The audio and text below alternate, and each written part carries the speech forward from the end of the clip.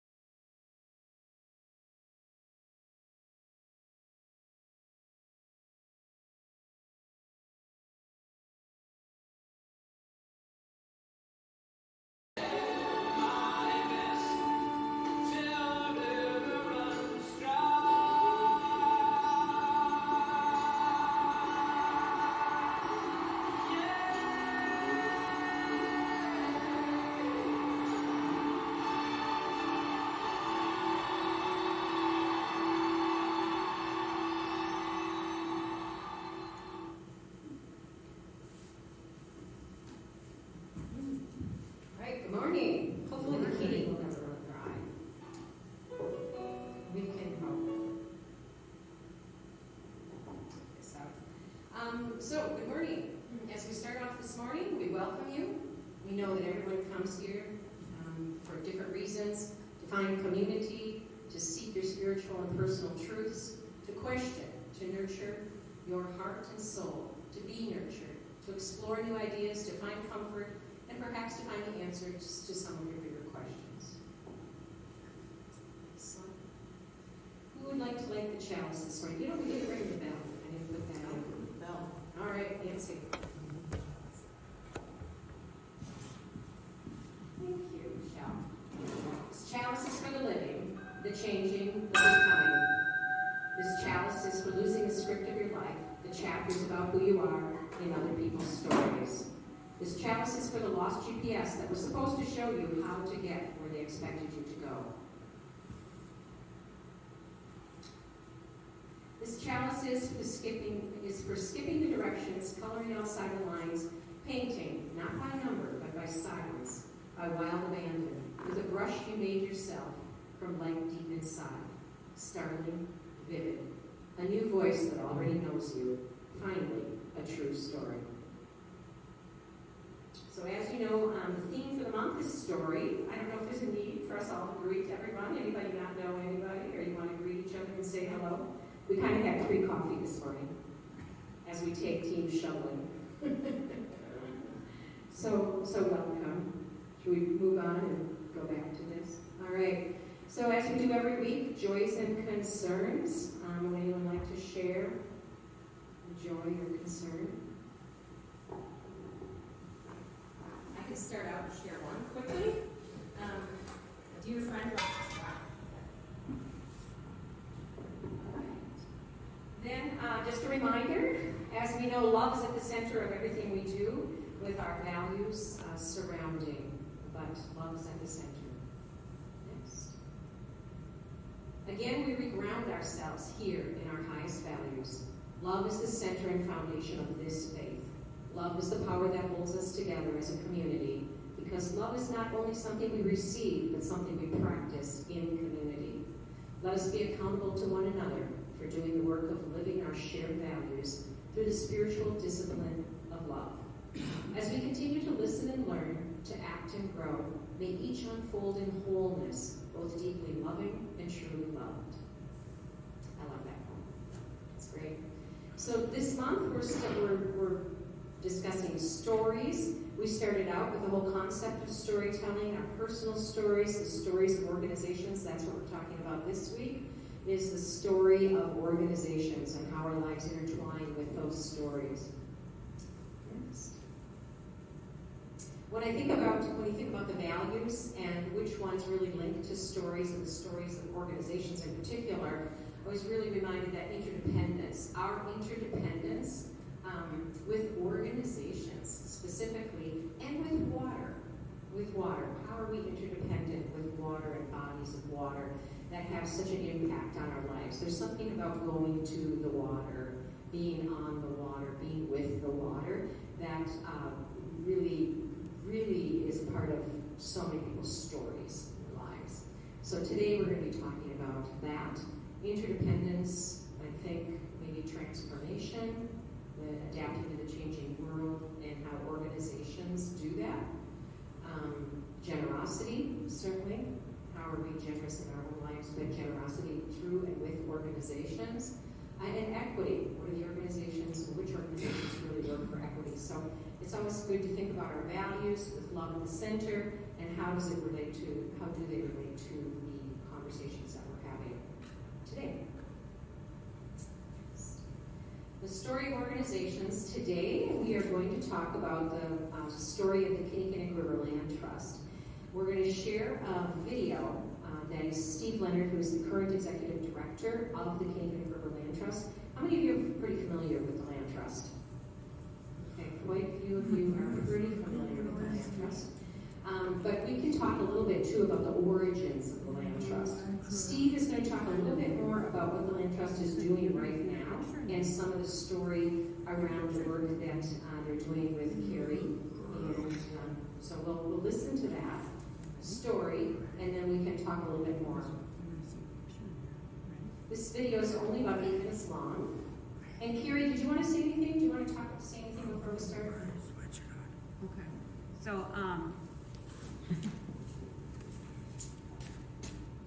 as soon as Evan heard Steve's name, right away he said, I want to work for Kinni Land Trust, right? It was Steve. As I've mentioned a couple of times before, Evan has worked with disability vocational rehabilitation on a couple of internships. Evan is still attending high school until he's 21. He goes there 3 days a week. What days do you go to high school? On Monday. And? Tuesday. And? Wednesday. And then you go to, where do you go on Thursday and Friday? Have a heart day services, right? But one of the places that he has done an internship is with Steve at Kinni Land Trust, right? Kinni River Land Trust. And so one of the things that we've been working at is establishing some opportunities for individuals with disabilities, especially for people who really need outdoors to help regulate their bodies. As many of us probably already know, going outdoors and being outside helps us to regulate our bodies and feel connected. Oftentimes artificial lighting, like how high schools under artificial lights, do not help with a conducive environment for learning or to regulate our bodies. But many times individuals are placed in those environments and are expected to do well there. Evan did a great internship doing things like, Evan, do you want to come up here and say what you did?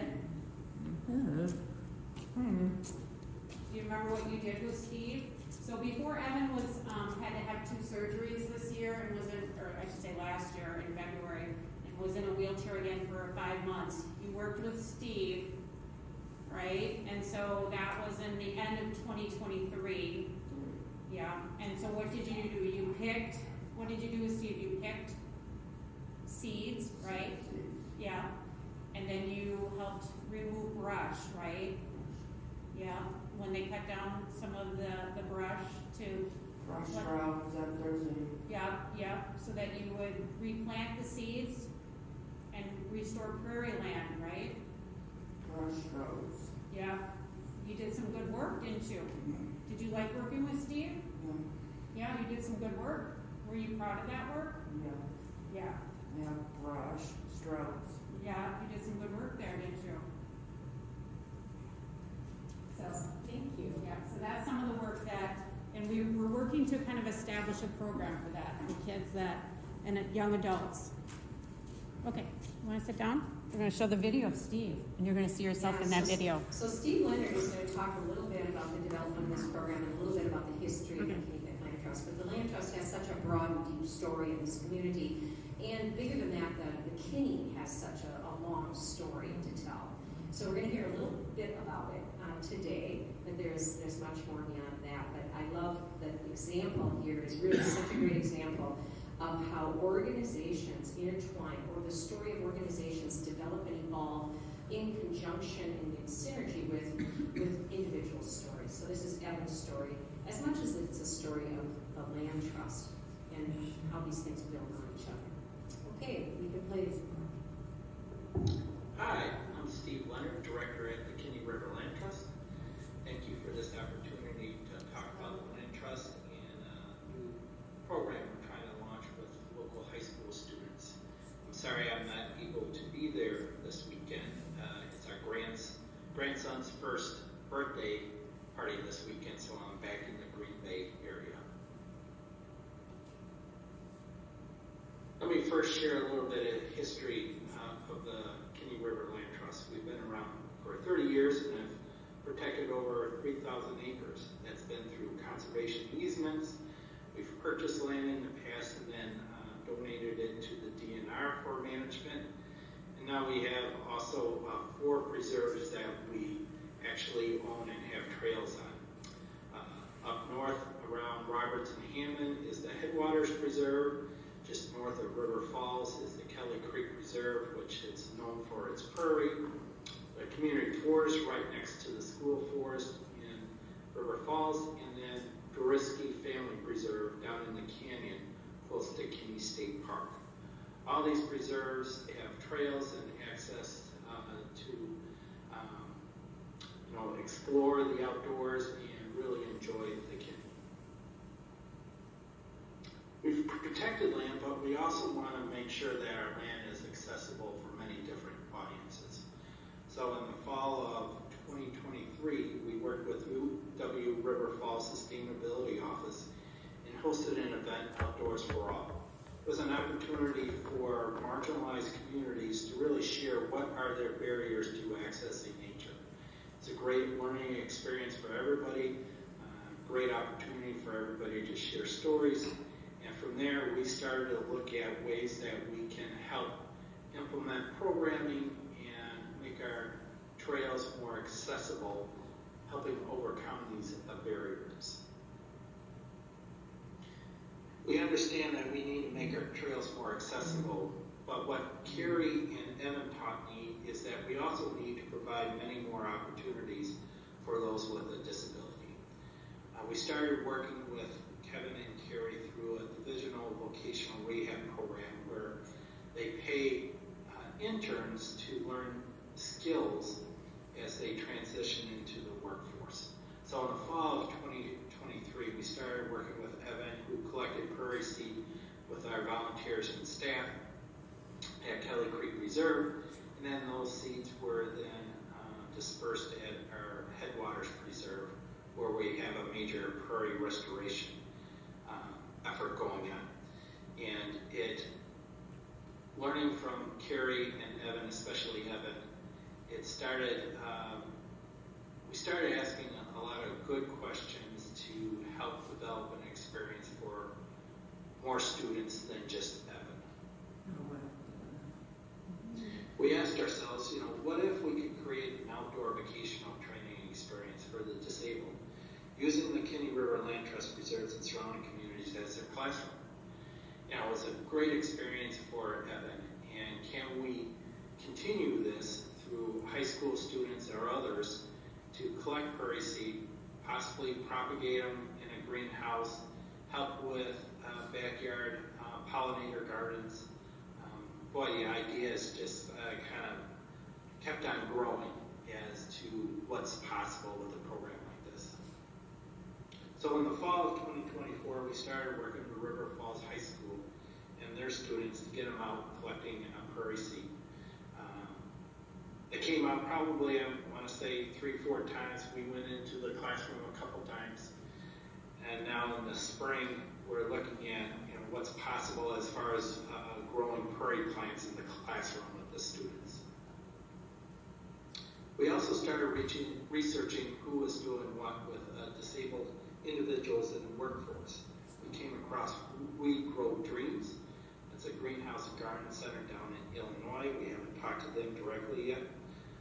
I did talk to the owners of Plantables. It was a business up in Hudson that created seed bombs to create pollinator gardens in backyards. They have shut down because they relocated to Illinois, but we're continuing to research programs out there that are working with disabled individuals in the workforce.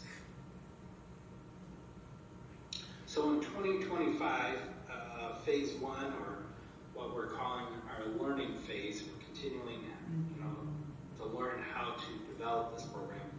We're going to work with a high school program to germinate the prairie plants. Hopefully we'll get that up and running this spring. We are going to reach out to other local high school to see if they're interested in this program. Continue our research on other businesses that are working with the disabled individuals in the workforce, and then create a network through the National Leadership Consortium on Developmental Disabilities.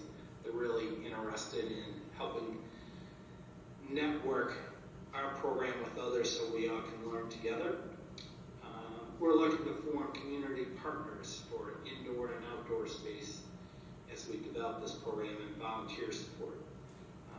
Through 2025, our ultimate goal is to create an operational plan, identifying staff needs and volunteer needs, space needs, so that we can really launch this program in 2026.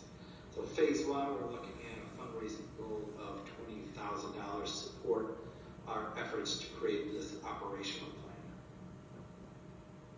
So then in 2026, phase 2 is really to launch this program.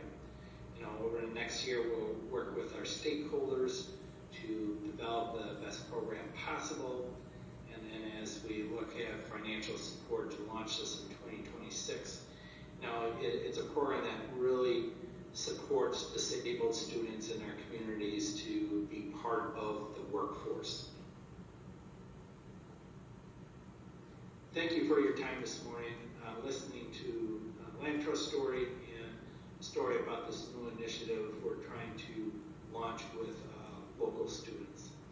And of course, we can't do it without financial support. So please consider becoming a Land Trust member as an individual or as a business member or sponsor, or if you want to make a financial donation directly to this program, feel free to give me a call at 715-425-5738, or you can go online to on our website to support becoming a member, to sign up as a member, or support this initiative. So again, thank you for your time. I sure do appreciate it.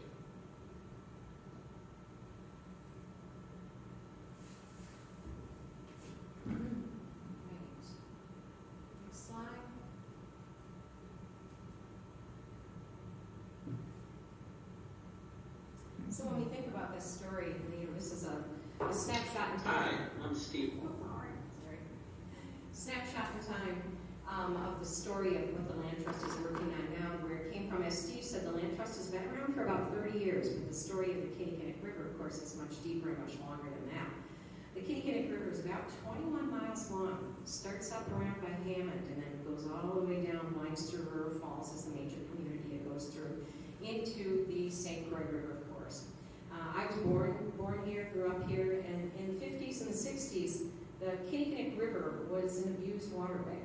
And if you're familiar with the community Division Street, where Division Street is, Division Street didn't used to have a bridge. The bridge was on Cedar Street.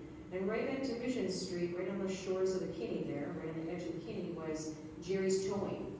Jerry's Towing and the trucks and car repair, and I'm sure not knowing that they were doing anything that was bad for the environment, when they changed your oil, they just dumped the oil right over the ledge there, and they also rolled the tires downhill into the river. We are still removing tires from Jerry's Towing from the Kinnickinnic River. They float down, they're deep in the sand, and every year when we do Kinni cleanup, we find more tires that are, we've pulled a lot. But, so the Kinnickinnic River, in the 50s and the 60s, when I was a kid in the 50s and the 60s, my dad was the old town doctor here, and he wouldn't let us go anywhere near that river. It was filthy. It was not safe to be in that water or near that water. And then what happened was the university took an interest. Of course, the South Fork of the Kinni flows right through the university campus. And a guy named Benny Kettlecamp, who was in the biology department at the university, took a great interest in that river. He was a fisherman. He ended up being a naturalist, and he worked out Glacier Park summers, but he happened to live right across the street from the home that I live in now. He was a good friend of my dad's. And so, what? Okay, that's okay. So Benny and the university as a whole took an interest in the river and started to do projects around the cleanliness of the river. For example, when I was in 8th grade, Dr. Kettlecamp came to our class and talked about the river, and I'll never forget, he had us go out to the north end of town with a mason jar and fill it up with water on the north end of town, and then go down to the south end of town and fill up a mason jar, and then set those jars in your kitchen at home and watch them, and just watch them, and look at the water, and look at the difference in it, and look at the crap, I'll say, that was in that water after the river went through River Falls. So he took a great interest in cleaning up the river. Of course, going way back, the story of the Kinni, you know that there were mills along the Kinni, and the river was an active working river, I would call it. It still is a little bit, because there still is some hydro plant in River Falls, which is scheduled to be removed eventually. But so the story of the Kinni goes on, and the story of the Kinnickinnic River Land Trust then started with community interest, but mainly interest of people who owned land along the Kinnickinnic River. And I'll say, to be very honest, there were several people who maybe their main home was in Minnesota, but they owned property along the Kinni in Wisconsin, and they wanted to keep that river nice.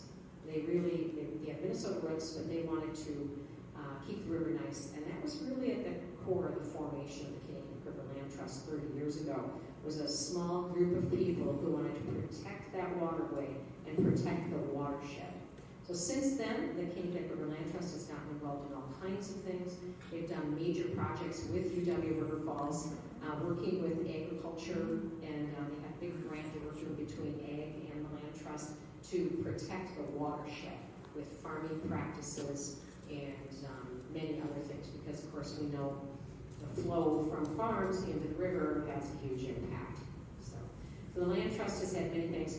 When I joined the Land Trust board, I'm off that board now, but I was on for 12 years and chaired that board when we bought the property that is the community forest.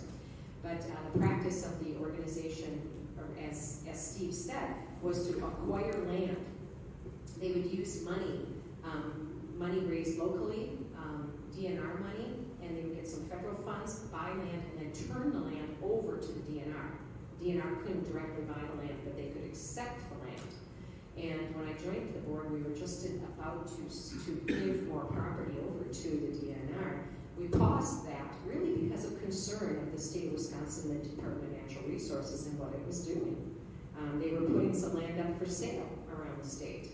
And it occurred to us, jeepers, did we really trust the the future of the Department of Natural Resources in the state of Wisconsin.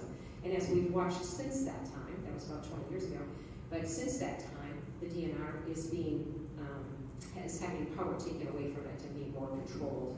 So that's when the Land Trust started, as the Nature Conservancy does, is buy up land, and now the Kinnickinnic River Land Trust now owns more property than it had in the past and is keeping that property, such as the community forest. The community forest is the most recent acquisition that was purchased with federal money and DNR money and local money. A combination thereof, that land will never be developed. It's locked in because of the federal forest grant. We got forestry money, and it will never, ever, ever be developed. So it puts a buffer and a barrier between the community of River Falls and rural going down that river, which I think is pretty fabulous. So it's a great place to walk and hike. That also connects. So if you go down the Kinni, anybody not hiked down the lower Kinni a little bit? It's definitely a trip. But you go right from park property, River Falls Park, to town of, what would that be? Town of River Falls. Owns a big tract of property there. That's basically town of River Falls Park. Go from that into the community forest, and from community forest to the school forest. The school owns a whole bunch of land. There's a long story behind that. But the school district of River Falls acquired property way back in the 40s as a payment for taxes from a landowner. And it was, fairly useless farm. You couldn't really farm this land along the Kinni, so it was given. Originally, the school land was on the north side of the river. There's been many swaps and trades and transactions. All that property now is generally on the south side of the river. And then the land trust acquired property from the Aylmore family and to connect all of this. So it's all connected now, and it will all be preserved in perpetuity, which is great. But of course, the land trust story goes on, continuing to work the entire length of the river to build interest in preserving this watershed. Any other thoughts? I know a lot of you are familiar with the Kinni. Anything anybody wants to share? Bob? Just curious, are there any beekeepers that have hives in the trust areas? I don't know. I would imagine there are.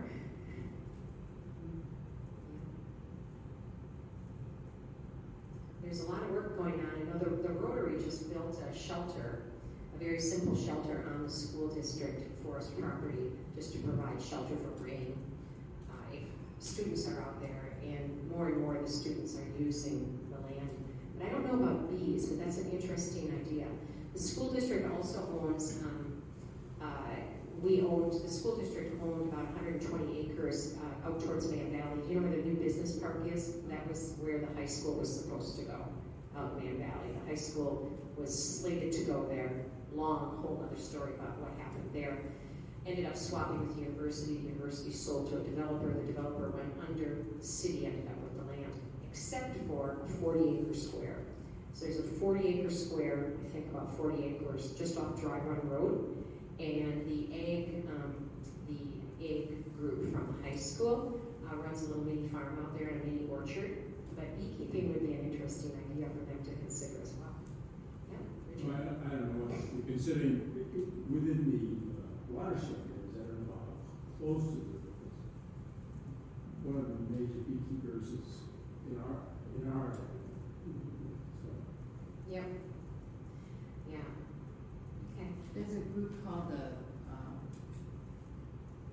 Lower Kinnickinnic River Farmer-Led Watershed Group, Okay. and describes who's in it. And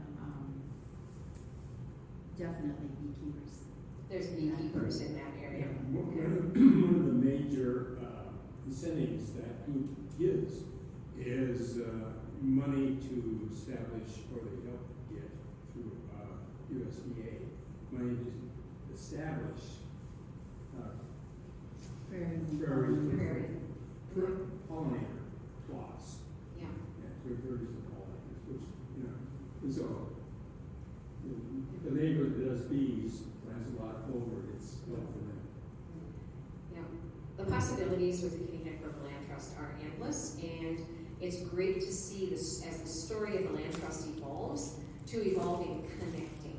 I know there's a whole work afoot to develop the waterway, especially as it goes through River Falls. The land trust is very involved in that, and particularly in making an accessibility to the river for people with disabilities.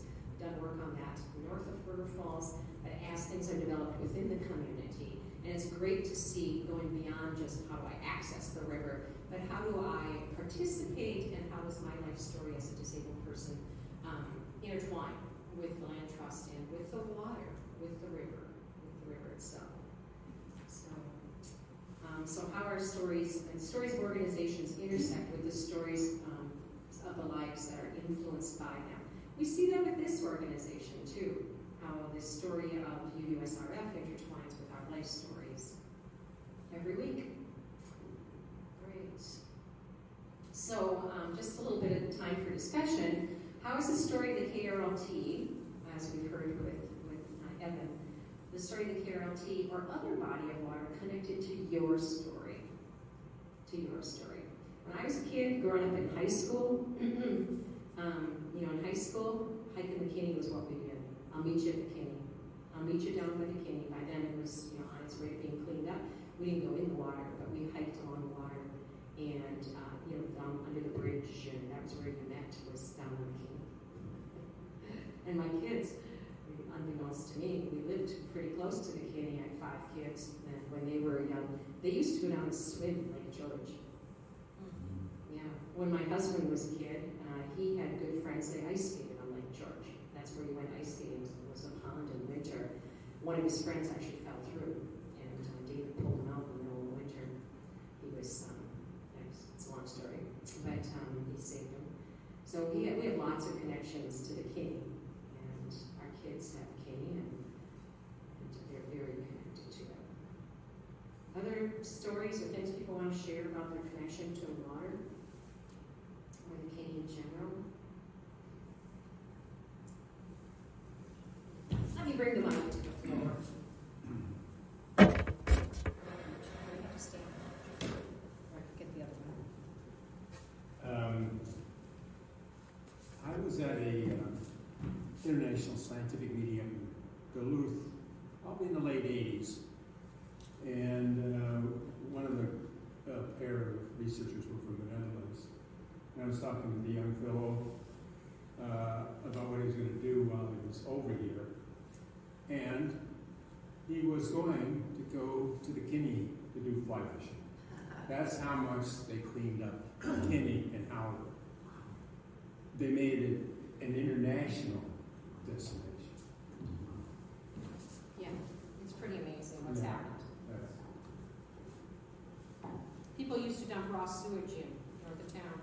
It was a mess. Well, I live on the south fork of the Kinnick. I live on Pine Street. And so I used to enjoy canoeing. And I built a kayak, a plywood kayak. It was a New Zealand design and made for oceanic travel. But I traveled along the St. Croix all the way down to Prescott, and several times enjoyed launching down south of the dam on the Kinnick and going out to the mouth of the Kinnick and getting picked up by my wife later. So, and it still is an enjoyable river. And the thing that impressed me was that it seemed to change, the scenery seemed to change depending on how much rain there was previously. Sometimes you come around the corner and just watch a cliff that was, where the water was oozing out of the soil, out of the limestone, and just creating almost a vision of a rainbow. So, remarkable river it still is. Yeah. Yeah, it's beautiful. The Land Trust has also been involved in advocacy to remove dams. The lower dam was washed out a few years back, and there will be no more. The upper dam is slated to be removed. So it's an ongoing dynamic issue in the community, but eventually that river is slated to flow free. So the motto of the Kinnickinnic River Land Trust is to keep the Kinni cold, clean, and free forever. about riverways. Anybody been to the Boundary Waters? I know that's our family's body of water of choice, is the Boundary Waters. There's no place like it. Lagoons and quiet, absolute silence. I grew up on the Rum River. The Rum River, where's that? Goes from Blacks Lake down to Mississippi, down by Anoka. Okay, And when I was a kid, it was also very dirty. yeah. Yeah, there's nothing like it. Then we have the St. Croix. Yep, yep. So Tina and I live around the south side. We're about 7/10 of a mile from the park. And when we moved in, it was kind of one of those things. We came into the house for sale. We came up and showed us the house. And we said, no, that's not for us. Too wooded, too far back, too long of a lane, blah, blah, blah. We continued to look at houses, and she said, well, why didn't you like the one at the trout stream? And then we said, you never mentioned the trout stream. So, I'm not a trout fisherman, but Tina and I go down the river on a regular basis. And it's always amazing how things change over time. Yeah. We've been there 20 years, and we've seen, I've been in a river and a beaver will swim by me. Or, my understanding is there's swans down there at different times. It can go from 6 inches of water down to over your head. We've seen large rainfalls change the direction of the river. Islands are removed and new banks are created. It's we're very little to the river. Yeah. We love our property. We love the fact that we can just go down there and just be. It is a very quiet time for us. So where's your house, Stephen? We are. Go south out of River Falls. No, if you go west, out on Division. Oh, out of Division. Out of Division, and the last left before you hit F, Okay. there's a paintball course there. You go back there about 1.5 miles. There's a little dog leg, and we have a little place in the back. There's it's a private road. There's Tina 6 houses, and there's probably about in total 120 to 130 acres between everybody. Yeah. And it's just a place that is just nothing. There's nobody around, there's no farm, it's just quiet. So, Yeah, it's a beautiful area. one gentleman, Hap Luter, he was probably on the Kinni, Charlton Limited. He lived on one side and swore that he never ever did not catch a fish and all the time. They have a house in St. Paul, this was their cabin next to us, they always caught fish. Yeah. And then we had Dan Wilkening, he's on the other side of us. Oh, okay. Okay. We all know him. We a lot of us know him. Yeah. But the King's great. Can't say Yeah. enough about It's it. a beautiful area. Cool. Great location. Okay. Any other stories? But it's just interesting how people and how the river changes and how the stories, our stories change and the stories of organizations change. Just like the story of this organization is changing and shifting. All right. Next slide. Okay, with that, we'll talk about the next 2 weeks. Next Sunday, Paul Luger is going to be with us, talking about her personal journey and her personal story. And then on the 26th, we're going to have stories from Buddha with Rick Sloan.